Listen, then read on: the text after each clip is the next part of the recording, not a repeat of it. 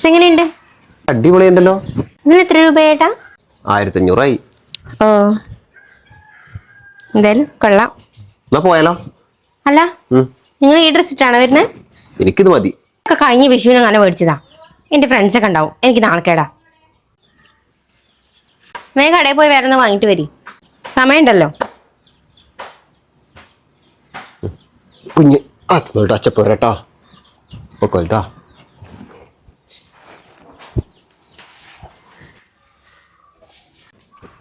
പ്രവീണില്ല അവിടെ?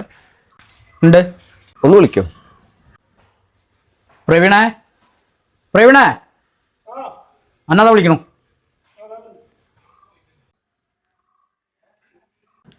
എന്താ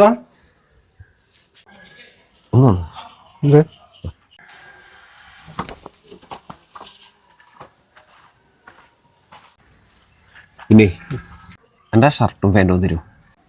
അതിനപ്പോ കല്യാണ്ടായിരുന്നു, ഞാൻ പോയി എന്നിട്ട് ബാങ്ക് കൊണ്ടുതരാം. ആയിക്കോട്ടെ, ഞാൻ കൊണ്ട്. അല്ല, എന്താ പരിപാടി? ഏയ് ഒന്നുമില്ല. ഞായറാഴ്ച ആയിട്ടുള്ള അല്ലേ? ഏയ് ഏയ്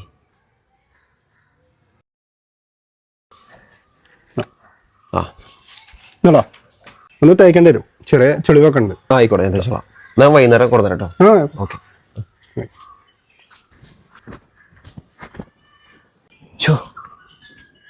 കവർ ചോദിക്കാൻ മറന്നല്ലോ.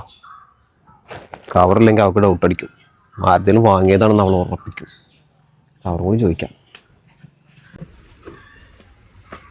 അച്ഛൻ ഞങ്ങൾ അങ്ങോട്ടും ഇങ്ങോട്ടൊക്കെ കൊടുക്കലും വാങ്ങലുണ്ട്. ഡ്രസ്സല്ലേ, അതിനിപ്പോ എന്താ പ്രശ്നം? അണക്കൊക്കെ ഞാൻ എന്നാടാ ബോധം വെക്കാം. അതിന് വല്ല വട്ടച്ചൊറിയോ വല്ല ചുണങ്ങൊക്കെ ഉണ്ടായാലും മേലാവില്ലടാ ഇല്ലേ? ഇങ്ങനെ പൊട്ടനായി പോയാൽ എന്താ ചെയ്യണത്? കുറച്ചൊരു വിവരം വേണ്ട മനുഷ്യനായാലും. അതിന് അച്ഛൻ ഇത്ര ചൂടാവാനെന്താ? എടാ, അവൻ മണ്ണിലും ചളിയിലൊക്കെ പണിയെടുത്ത് നടക്കണവനാ. അവൻ എന്തെല്ലാം രോഗം ഉണ്ട് എന്നുള്ളത് നമുക്കറിയോ? ഇനി ഞാൻ മേലെ ആ ഡ്രസ്സും കൊണ്ട് അവിടെ വരട്ടെ, അവൻ അത് എടുത്തോട്ടെ കേട്ടോ.